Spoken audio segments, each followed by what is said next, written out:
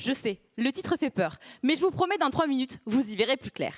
Laissez-moi vous emmener il y a 500 millions d'années, sur une planète bien différente de celle actuelle. Pour vous situer un peu, les dinosaures n'ont pas encore frôlé le sol de la Terre. Il n'y a ni plantes ni arbres, rien sur la terre ferme. Or, dans l'eau, il y a du vivant. Et c'est alors que s'est produit un des événements les plus marquants de notre planète. Enfin, de mon point de vue de biologiste. Les plantes étaient avant cela uniquement aquatiques. Et les premières plantes terrestres sont apparues. C'est la terrestrialisation. Alors non, les plantes ne sont pas sorties de l'eau avec leurs petites jambes. Cela a pris du temps et a nécessité un peu d'aide extérieure.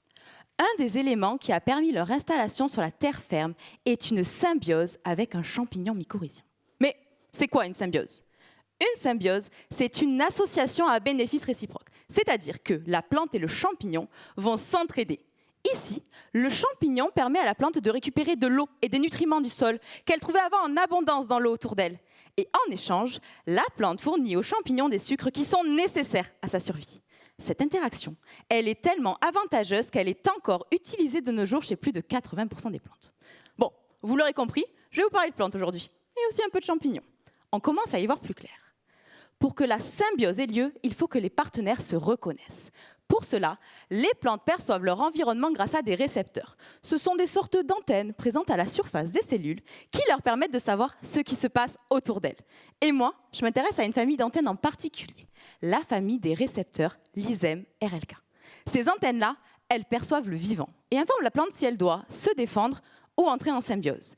Et au cours de ma thèse, je cherche à déterminer laquelle de ces antennes est utile pour la symbiose avec le champignon mycorhizien. Mais vous voyez, une grande partie des plantes et des arbres présents autour de nous possèdent de nombreuses antennes. Et lorsqu'une plante a beaucoup d'antennes, plusieurs antennes peuvent avoir le même rôle. Et c'est alors compliqué de savoir à quoi sert chaque antenne individuellement. C'est pour cela que moi, je m'intéresse à une plante qui s'appelle Marchantia paleacea. C'est une mousse et elle ne possède que 4 de ces fameuses antennes. Et elle est fantastique, cette plante. Elle pousse vite, sans trop de difficultés, et elle peut entrer en symbiose avec le champignon mycorhizien. Je travaille dans un laboratoire où je génère des plantes qui ont perdu une ou plusieurs antennes.